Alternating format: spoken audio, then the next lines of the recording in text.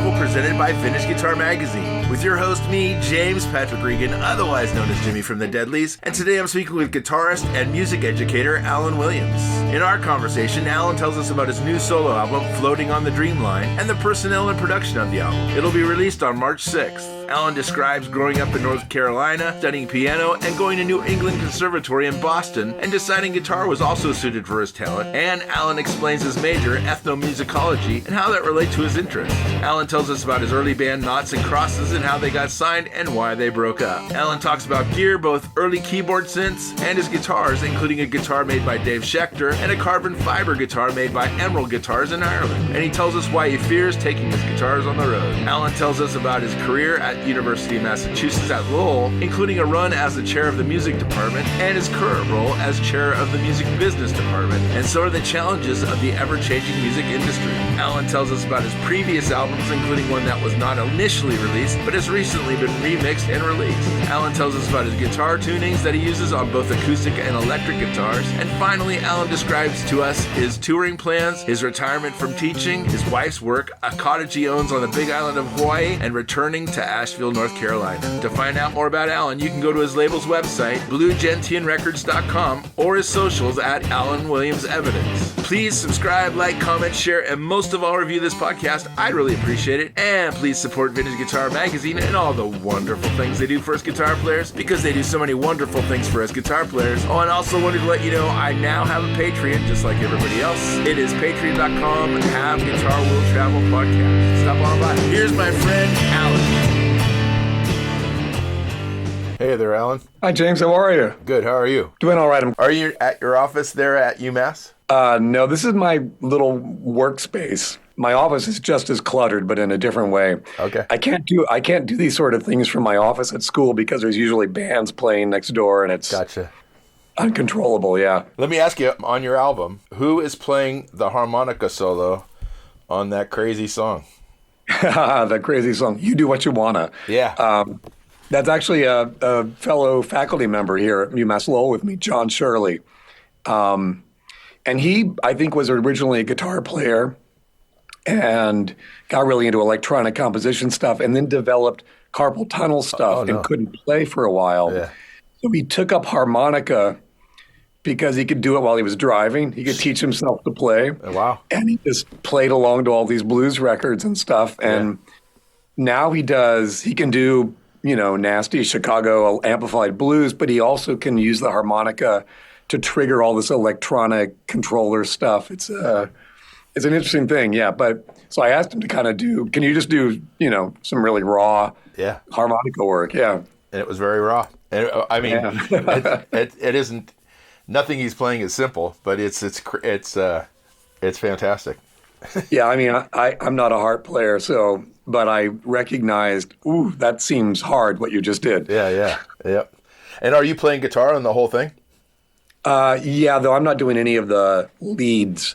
Okay. I'm really a keyboard player who has decided to play guitar instead. Sure. And was keyboard your first instrument?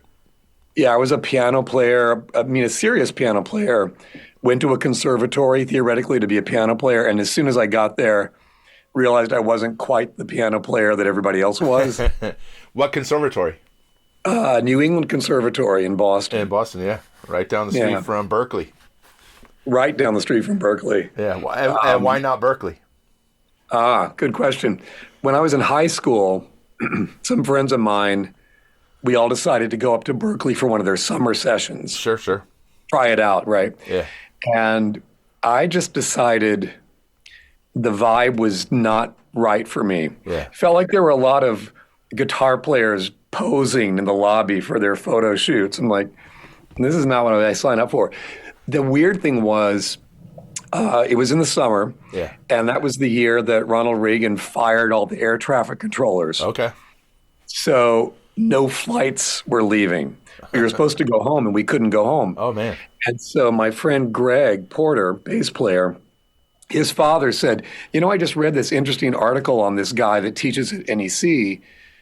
Since you're killing time, maybe you should walk down there. Yeah. And we did.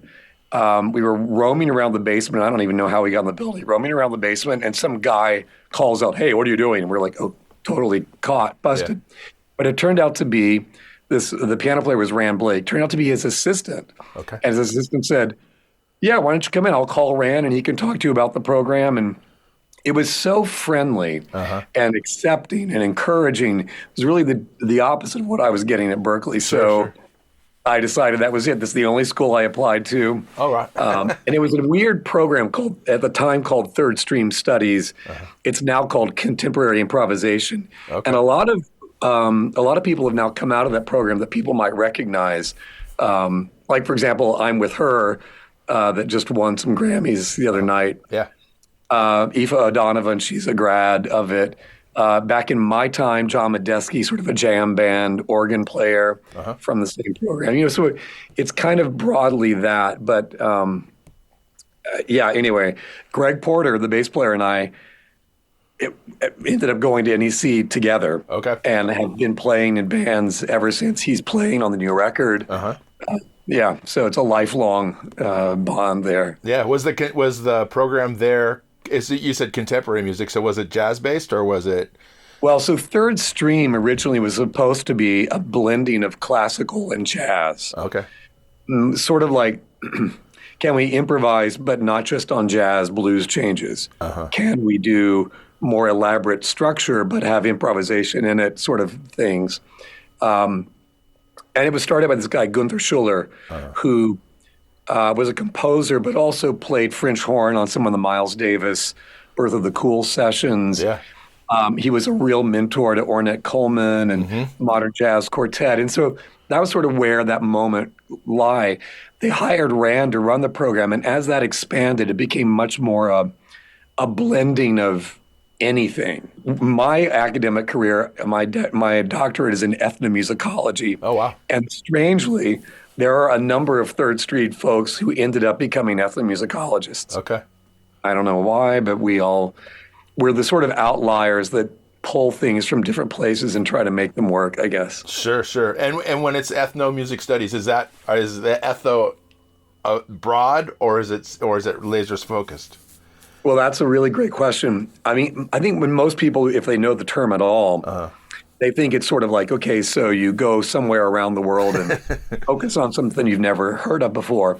But you're right when your hint is that it's more about just human beings making music or music in the lives of humans or just where humans and music intersect. Sure. So like my research focus was not geographic. It was what happens in recording studios. Yeah. All about, why are people unhappy and what should be the most wonderful experience of their lives? Because I loved being in studios, but not everybody did. Yeah. And so the program at NEC, did you have studio experience? Was there studios there on campus? Yeah, no, it's not like Berklee. I mean, it was definitely. They did have, I think, a portable set of microphones they would bring to the concert hall. Okay. But no, they didn't supply any of that. I had huge battles with the president just so I could get a locker to store a PA in so we could practice as a band. It was a very, clashing of mindsets. Sure. I think things have changed there now. I've been there and they've got new facilities and much more friendly to that. No, I kind of got into recording like a lot of people do, just, hearing records and trying to figure out how you do that. Yeah. And if you're my age, then that's the moment of the Porta Studio, the little multi-track set, right? Yeah. And you could overdub, and it was mind-boggling what we could do. And so I just sort of did that for a while and realized that I had an ear for it, but not an understanding of it. Yeah. So either I could try to learn somewhere, and there weren't that many recording programs back in the 80s. Sure. There are a lot now. So instead, it was just sort of like, if I'm in a band and we're in a studio, I just am going to absorb everything I see and hear and try to understand and ask questions and that sort of thing. And eventually I ended up, the band I was in after I graduated from school, we made like a lot of bands, like the ongoing set of demo tapes. Yeah, of course. And they never quite go where you want them to go, and you can't do anything with them. But we were in little studios, and I learned a lot working with some of the sound people there. Is this in Boston or is this in North This Carolina? would be, Boston, basically. Okay. And these were all small little studios, but with good people that you could really learn from. Yep. And when the band I was in, Knots and Crosses, we decided we need to put something out that people could actually buy. Yeah. So by that point, I had bought an 8-track reel-to-reel, half-inch reel-to-reel. Wow. So it's still pretty much, consumer-based. Yeah. But we recorded an album, went to a little studio and tracked bass and drums with real microphones. Yeah. And then I did everything else at home, mixed it. And anyway, it ended up becoming a big hit record in Boston. Wow. And we ended up on Island Records, and it was significant. And part of it became like, okay, well, maybe I do know a little more about recording than I thought I did. Yeah. So when that band broke up after we got dropped by Island, Yeah. I ended up doing freelance recording engineering work for several years. Okay. Yeah. Okay. So Knots and Crosses. Did you tour behind the record? No. we well, not exactly. So we were a band that was located partly in Portland, Maine, and partly in Boston. Okay. So even to rehearse was a commute, a 2-hour road trip. And we were self-driven. We didn't have management. Until the Island thing came along, we didn't have anything. And we didn't really understand how to tour. What I realized, we put out our album ourselves, and it sold a lot of records, and it would get airplay in pockets. Like, we did really well in Dallas, Texas, for some reason, the public radio station really. And in hindsight, it was like, there were all these pockets. We should have gone. We should have piled in the van and lost money and built the following. The most we ever did was we did a regular run to New York, eventually to Philadelphia. So we played, up and down the Northeast coast for a couple of years, but never really toured. Yeah. And were you playing guitar in the band or keyboards or both? Both. So I was more the harmony singer, sometimes lead singer, keyboard player, and then secondary electric guitarist. The lead singer played acoustic guitar, and then we had a real electric guitarist for all the lead stuff. Okay. Yeah. And then actually the lead singer and I got married for a little while and then divorced for a little while, for a long while. But she interestingly also just never felt like wanting to tour. After the band broke up, she did a couple of records for Rounder Records, a folk label.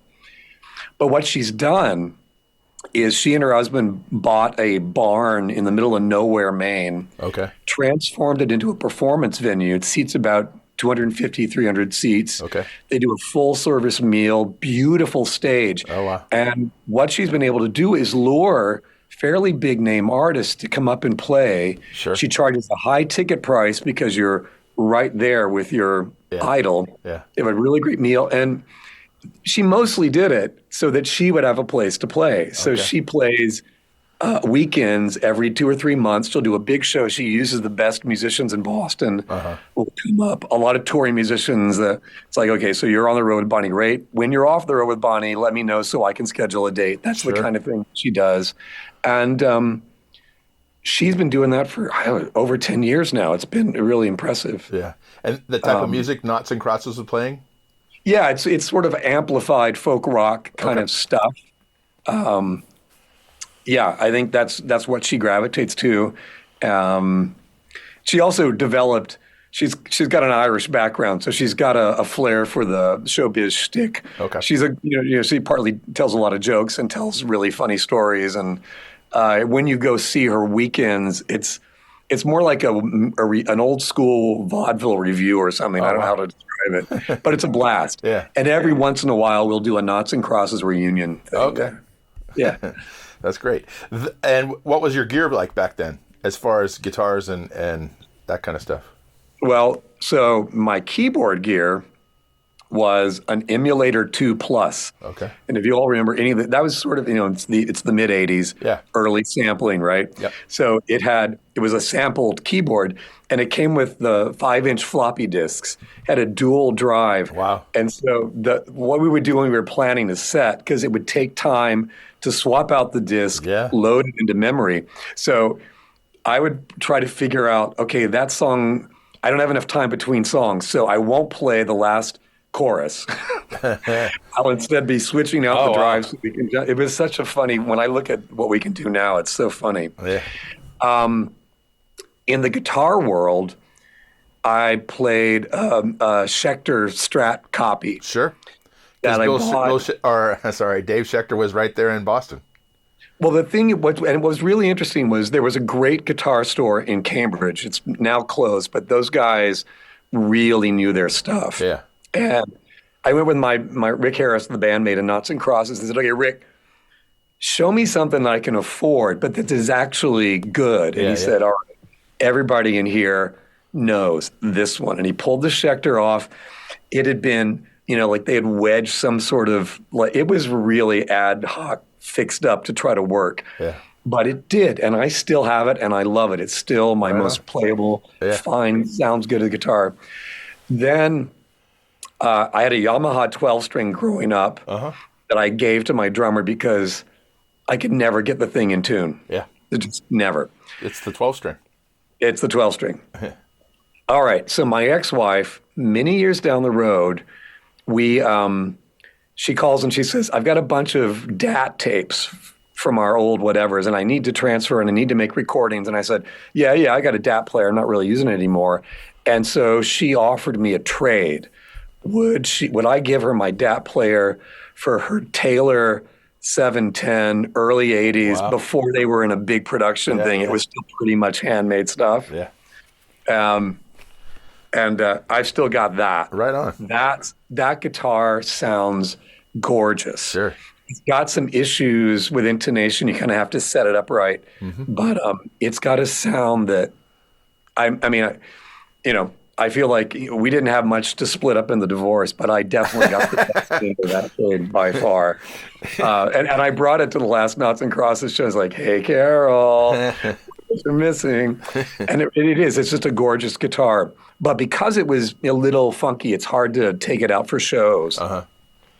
So I ended up buying a more contemporary, early 2000s Martin D12, just as like the standard, let's go to kind of guitar, which is not a bad, backup guitar, as it were. It's a pretty solid guitar. But then I was out opening some shows for a singer-songwriter out of Boston, Patty Larkin.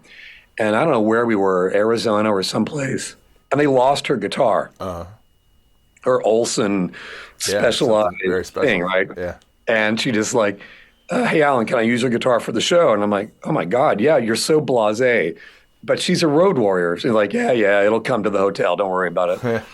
But it freaked me out. I was like, there's no way I'm going to put my guitar on a plane again. I'm too nervous about it. I was doing these recording sessions with a cellist, and she had like $100,000 instrument. Wow. She was touring with Richie Havens, I think, at the time. And instead she got a carbon fiber cello, which was still like 20 grand, not cheap, but compared to this other thing. And we were recording this stuff, and the carbon fiber sounded really good. So I got in my head, maybe a carbon fiber guitar wouldn't be the worst thing in the world. Yeah. And then if it got knocked on a plane, it would be okay. Yeah. Maybe it would be less susceptible to all the shifts and humidity and all that stuff, which turns out to be true. So I ended up buying an Emerald, which is out of Ireland. Okay. And they do like a custom build. They sort of have a stock model, and then you tell them how you want them to set it up and what modifications you want. And that's the guitar that I pretty much use live all the time. Yeah. And how often are you playing live?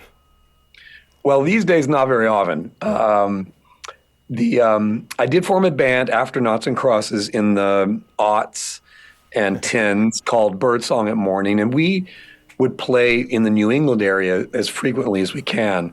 But it's hard to have a full-time job and do the touring thing. So that's always hampered me. I was really fortunate that someone like Patty would say, hey, I've got a week and a half of shows in the middle of when you're on spring break or on summer break, and do you want to come out? So I did get to do some of that. The other thing I did for a while was house concerts. Oh, wow. And since I, had a full-time teaching gig, I could afford to break even or lose money and just go to some one-off show somewhere. And I did a bunch of those up and down the East Coast primarily, but down to Florida, wherever. those were awesome experiences. It really helped me to kind of get really comfortable with performing for an audience, because there's a difference when you're on a stage and you look out and you can't see anybody because the lights are there, and like, it actually makes it easy. But when you're standing there and there's somebody right next to your knee, it's intimidating. So, and they're not drinking beer. And they're not drinking beer. They're listening. The chamomile tea, and they're listening, and it's there's no distraction, and a solo act. There's nowhere to hide. They can't turn around and take it. So it upped my game a lot as a performer, but it also really clued me into what people respond to. You know, why are they coming to hear music? And of course, everybody's desires are different, but it turns out, for me, when I would play on a stage with a band, there would be times where I thought, well, that was the worst show ever. And you would hear from the audience later, oh my God, you guys killed it. And vice versa. You're like, wow, you were smoking. And then you go back and hear the tape and go, oh, not at all what I thought. But in the house concerts, if I started to feel like a moment was happening, it was happening. Of course.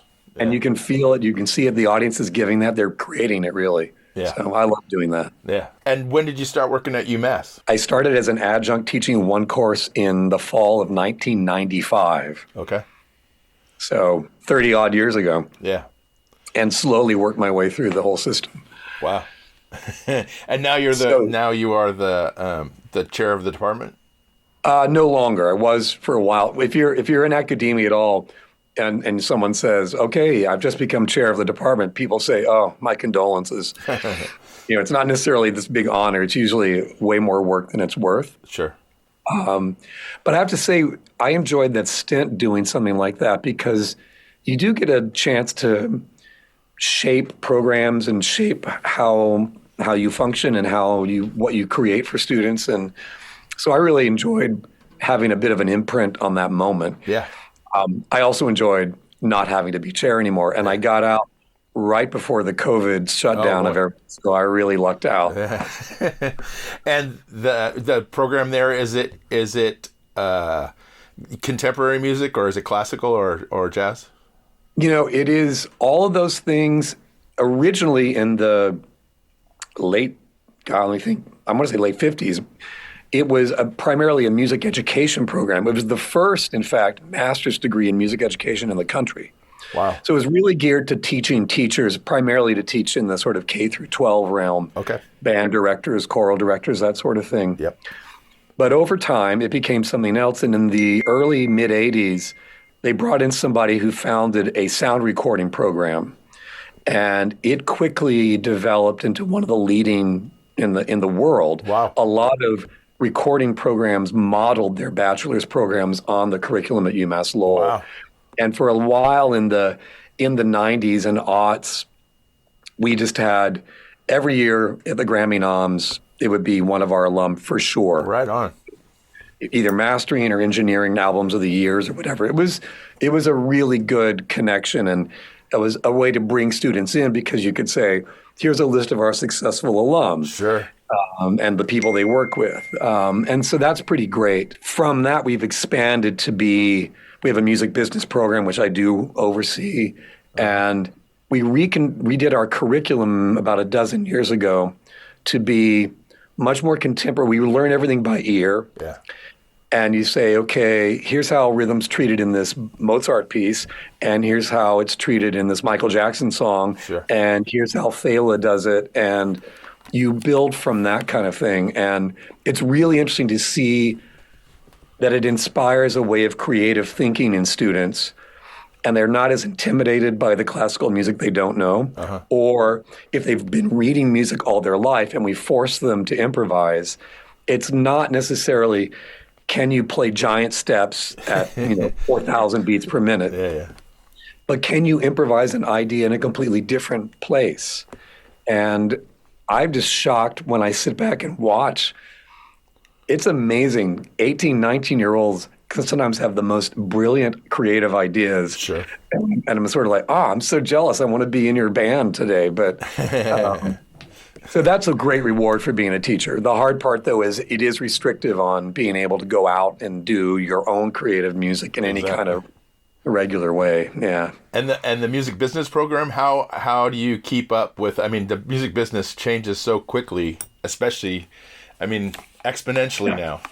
Exponentially. So when I came on to run it, that was 2000, which was the best year ever for the record industry. Because Napster was chomping at their heels, but they hadn't yet sunk the teeth in. Within a year, the whole thing collapses. And the music biz became less centered around records and around that part of the industry, and shifted to more live performance for a while. Even that, though, now, of course, post-pandemic, that's a whole other challenge. Yeah. And then the way that streaming is taken away from even downloads as an income revenue source. Yeah. I mean, I think it's no surprise that most musicians can't earn a living. Yeah. The musicians whose names people know can't earn a living. That's not brand new. I remember having some conversation with somebody saying there was a band out of Boston that was doing phenomenally well. They had a gigantic MTV hit late 80s. But talking to their drummer, who ended up being a music manager, he said, yeah, we lose money. We haven't gotten any money from the record. And the only way we're making money is from T-shirt sales on the tour. Yeah.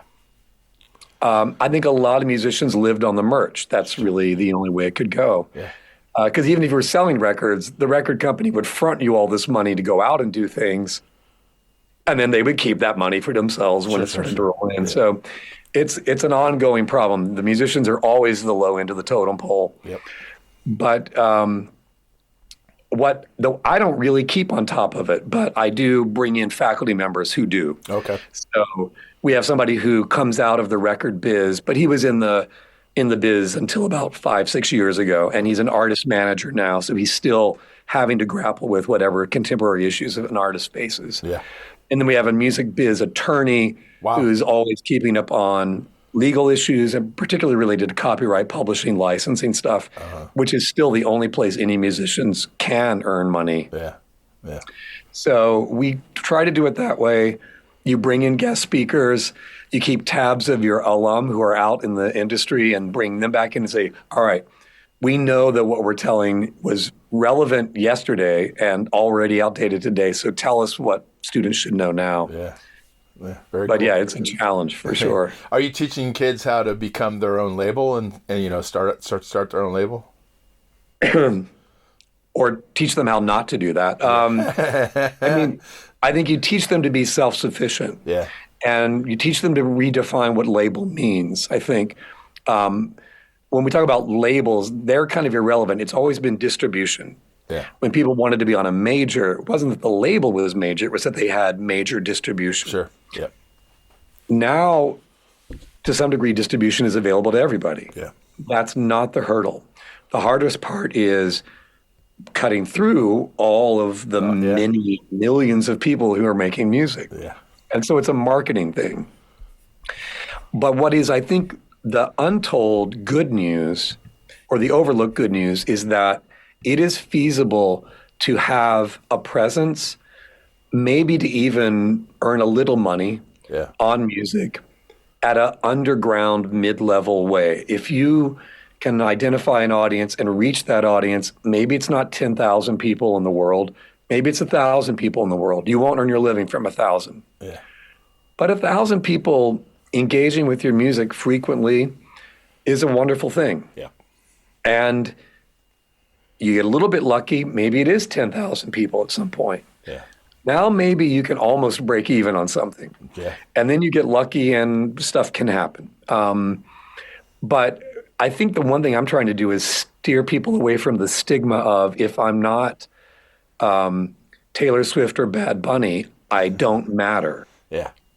And the answer is, actually, look at both of those artists and think about how they creatively worked the industry in new creative ways in order to become that well-known. Yeah.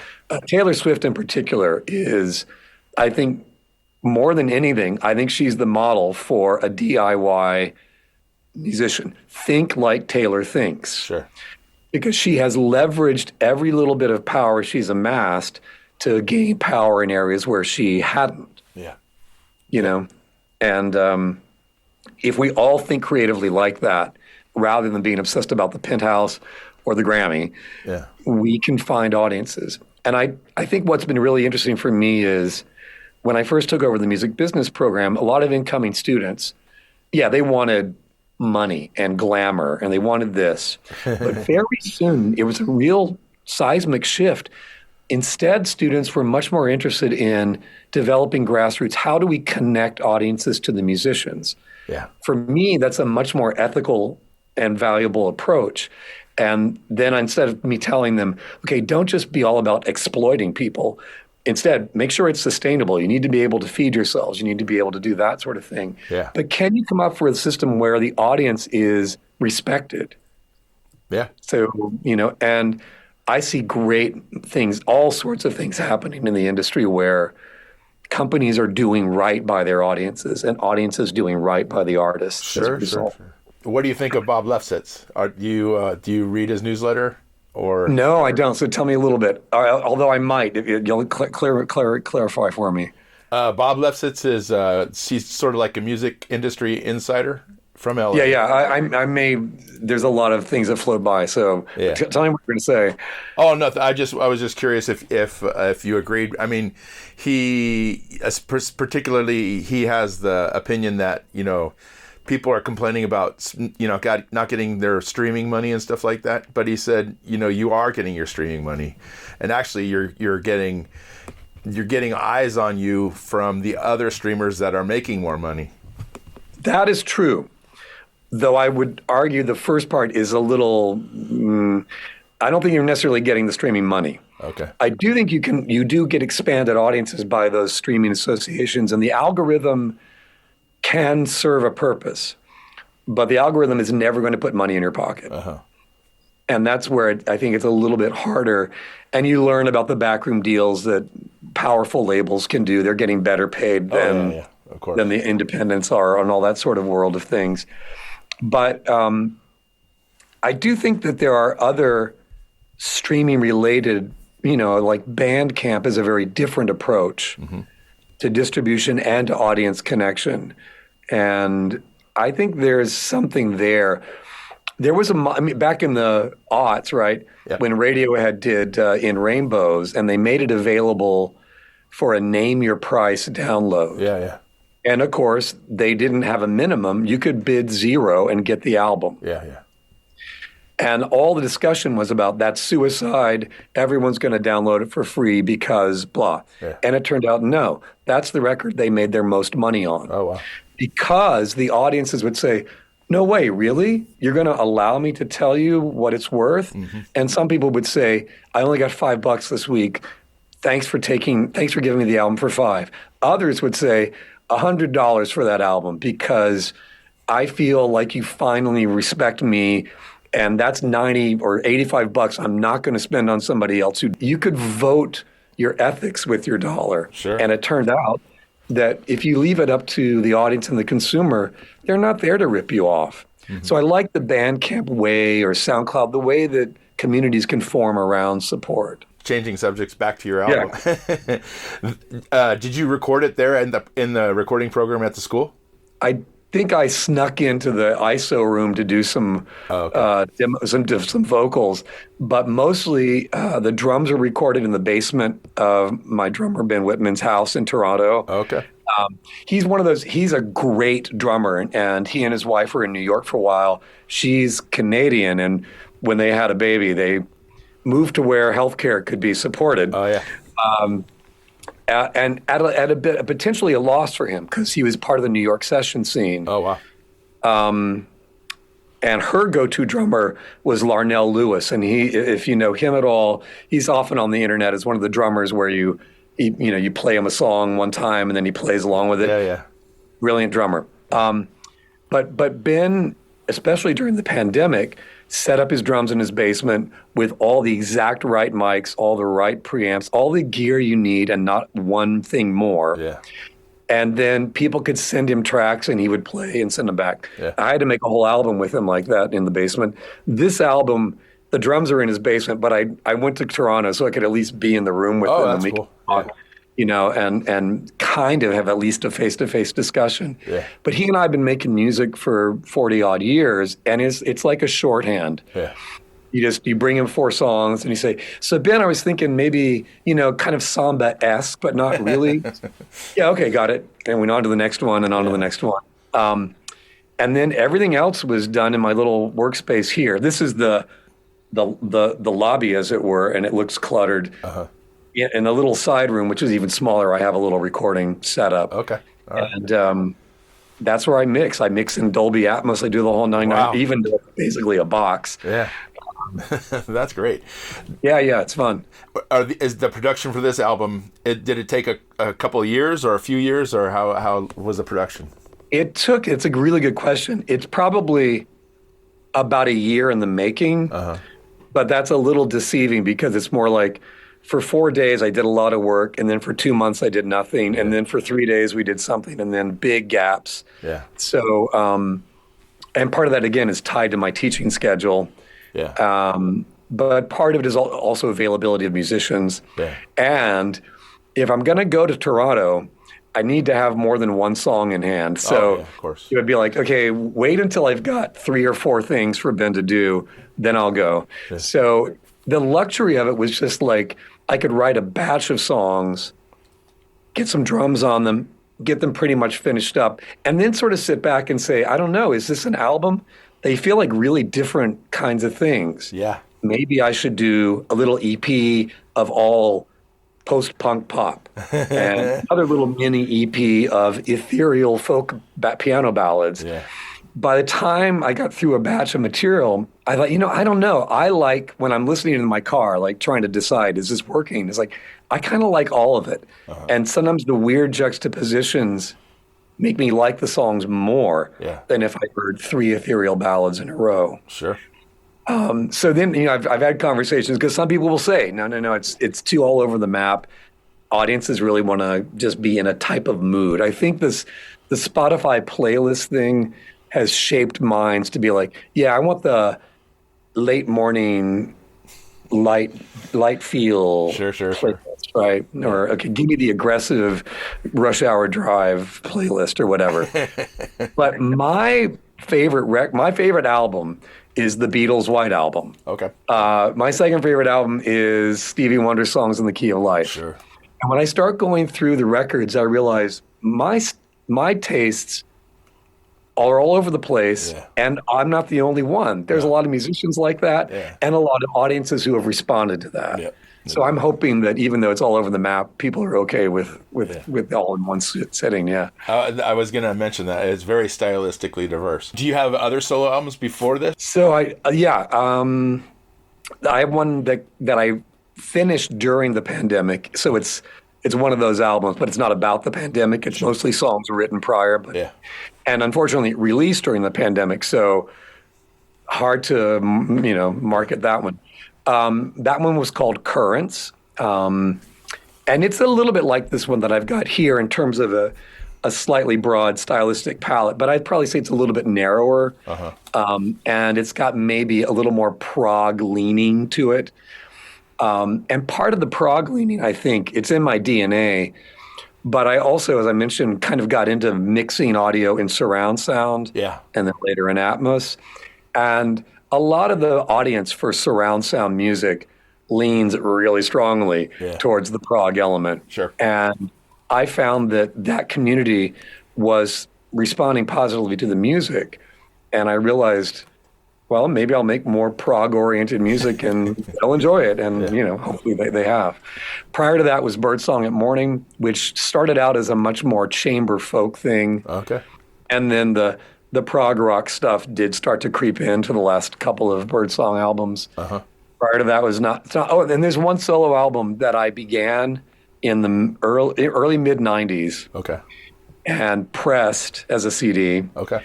And then went to South by Southwest to try to market it, and somebody on a panel didn't like it. Oh, no. And so I never released it. Like I have 1,000 unsold copies. Yeah. Who printed the copies for you? God, some company in, I could probably dig it up. Some company in Pennsylvania, maybe. Okay, all right. Or no. It was through this company that had been pressing the Knots and Crosses stuff out of Nashville, Tennessee. Okay. At any rate, the quick story about that was just that I kind of, it was like this black mark on my soul. I would always pretend it had never happened. But at one point I realized I liked the songs I had written. So I went back and listened to it, and I realized the band played great. It was really well recorded, but I sounded really tentative. Okay. So in the late, like just before COVID, I re-sung all of my vocals and remixed it. And so it came out as Evidence Unearthed. It was called Evidence initially. Then I issued it as Evidence Unearthed. So I have 3 albums to my name now. Okay, right on. And on this album, there's definitely some acoustic guitar tunings that are, let's say, unconventional. And what are those? Yeah. 3 of the songs on the new album come from the same altered tuning, which is an open E minor. Wow. So which E, B, E, and then G, B, right. And I was sitting there. I was on the way to a house concert in some camp in the middle of somewhere. So I'm sitting on a bench, and I just thought, what? There was a tuning that I'd been using for a lot of stuff, much in my Birdsong at Morning days, which was a version of that E minor, except there was no minor third. Instead, it was an F sharp. Okay. So E, B, E, F sharp, B, E. Yeah. And I consciously invented that thinking, okay, it's non-committal. It's neither major nor minor. That'll give me a lot of latitude. I'm a very smart man. But it turns out a lot of people have invented that tuning for me. But so, just one half-step difference made that E minor tuning. And I thought, all right, well, let's write some sad little songs. But the first thing I wrote was in major. Okay. And that's a song called Just Like Water. Mm-hmm. Yes. And I thought, wow, this is interesting little tuning. And then I immediately wrote Before My Eyes. Wow, this is the same tuning. And I think there may be 1 or even 2 other songs on the record in that same tuning, partly because I'm lazy. Once the guitar is there, it's like, well, what else can we do with it? Yeah. And also from a history of performance, right? If you do a lot of alter tunings, then you have the dreaded 6 minutes between song retunes, right? Yeah. So for me, it was like, multiple guitars. Yeah. It was like, if I come up with a new tuning, I must write at least 2 songs in it that I can play back to back at the show. So I think a bunch of the album is in that tuning. A couple of things that are a bastardized drop D, but and then a couple of things in standard that I've often avoided that. But and the electric guitar tuning, is it also altered? Let me think about what songs are on here. Yeah, sometimes the acoustic guitar part may be altered, but I'll play the electric parts in standard. Okay. If I'm doubling things, I'll retune the. So I think actually there's at least 2 songs where the electrics are in that same open E minor tuning. Very cool. So this album you're going to release March 13th, am I correct? 1 week earlier, March 6th. Oh, March 6th. Okay. And so how are you, Mr. Business Professor, going to release it and distribute it? Well, it's available. It will be available on all the standardized streaming platforms. People find it. I'm happy. I'll never see money. That's okay. I have partnered in the past, and we're going to partner again. There's a company called Immersive Album Audio that does immersive albums, so Atmos or 5.1 surround, as downloads at a high resolution. Wow! So you can go to the website and buy the download. So this is the first album I've ever put out that I'm not doing physical product for. Okay. Which is sad. Yet, maybe, right. If for some reason it strikes a chord with somebody and people want it, I'll do it. I'm not one of those people that buys into the vinyl myth so much. I get it. I like holding the stuff. That's cool. Sure. I don't believe that it sounds better. It sounds different. Mm-hmm. I mean, back in the day when vinyl was, a standard, every recording engineer hated vinyl, because you had to limit so much frequency range and so much dynamic. It just was like a drag to try to mix master for vinyl. So I always look at it like, you guys are nuts for your vinyl embrace, but I get the fetish thing. Yeah. I always liked digital because, especially in these other platforms, you could do higher resolution audio or surround, et cetera. And I still buy physical product. I'm one of the holdouts. Sure. I'm also a big movie aficionado. Okay. So I buy Blu-rays. Oh, wow. And I buy Criterion Blu-rays. So they're the really mega expensive ones. Wow. What do they cost? I think their list prices are like $40 Wow. Okay. for a movie, right? Yeah. Now they're high. They come nicely, really nice resolution. They often restore older movies. There's deep bonus features. In fact, Criterion invented the commentary track. Oh, wow. They used to do laser discs in the back in the day. Yeah. And they thought, people would be interested in learning about this movie. So they do commentary tracks. The last couple of Blu-rays that I put out for audio, I did commentary tracks. They wouldn't be audio ones, but they would be written ones. So you could listen to the record and then just my little rambling thoughts about the whole thing would come through as a screen. That's fantastic. Well, if you're into it, yeah. then that's a great benefit. If you're a casual listener, who cares? Yeah. But you have the option not to read my comments. Of course. Right? Yeah. But no Bandcamp release. No Bandcamp release. For all my championing of the platform, I feel like I'm too old.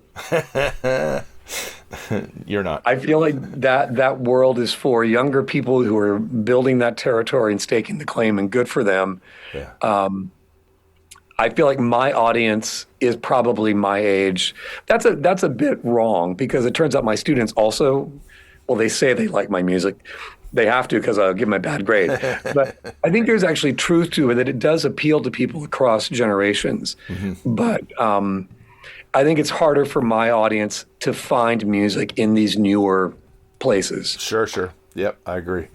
And so it's easier. If they've figured out the computer and they can figure out the streaming thing, I get it. Yeah.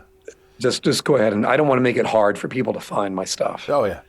And as far as touring behind the album, are you going to do some house concerts, or what's that going to look like? Well, right now there's only one concert booked, and it's with the band and a lot of the folks that are on the album. We're doing it at the university where I teach at UMass. Cool. And, I won't be spilling too many beans, but this is it. I'm retiring, so it's my farewell show. Oh, wow. Congratulations. And then it's a great wide open, okay, world, now I'm free. So invite me to your town, and I'd be happy to come play, whether it's a house concert or a cafe, or if it's a club with a PA, and if you need a band, I've got all that stuff. Yeah. It's sort of, I kind of feel like the retirement from teaching is, now it's time for the real career to go out and perform. Yeah. Are you married? I am, yeah. To a record producer we met in the studio. Oh, okay. All right. So at least they have an idea of what the music business is like, and touring and stuff like that.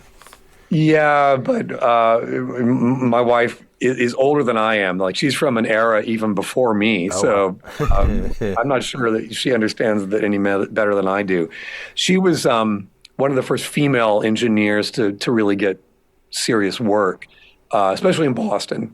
And she worked at an affordable studio in the late 70s, which meant that she was around for the sessions that had no money, jazz sessions and punk sessions. Okay. And so she actually did a lot of work with the nascent emerging jazz and punk scene in Boston. Wow. And became a go-to for the folk community because she made really good sounding records for low budgets. Yeah. She ended up working with Maurice Starr, so she was there for the New Kids on the Block demo sessions and building the albums and all that sort of thing. Yeah, she's seen a bit of that part of the world too. But that's I know. I say New Kids on the Block like everybody's going to know them, and I'm realizing, my students, I have to explain who New Kids on the Block are. Oh, really? I thought that. I mean, well, I'm older than you, I'm guessing, but I figured everybody knew who they were. Don't. What kind of car do you got that you're going to be driving around the world with? Oh my God! So I bought a little cottage on the Big Island of Hawaii. No way. that maybe one day I would retire there. Yeah. It's a cottage, like it has no kitchen. It barely has walls. Yeah. But on the island, especially during the pandemic, because I went there because it's like, why, if I can't go anywhere, let me just stay in this cottage. What town? Place. Excuse me? What town on the on the Big Island, not in a town. So Lower Puna, 10, 15 miles from Pahoa is the closest little village, right? Yeah. It's a beautiful part of the world. Yeah, of course. Anyway, I had to get a car. And so in the pandemic, rental cars were insane. Yeah. So I bought a used car. I bought a used Lexus, a 2007 Lexus, XRV kind of thing. Sure. Had 100,000 miles on it. It had only been driven on Honolulu. So there's really, you can't amass that many miles on Oahu. Yeah.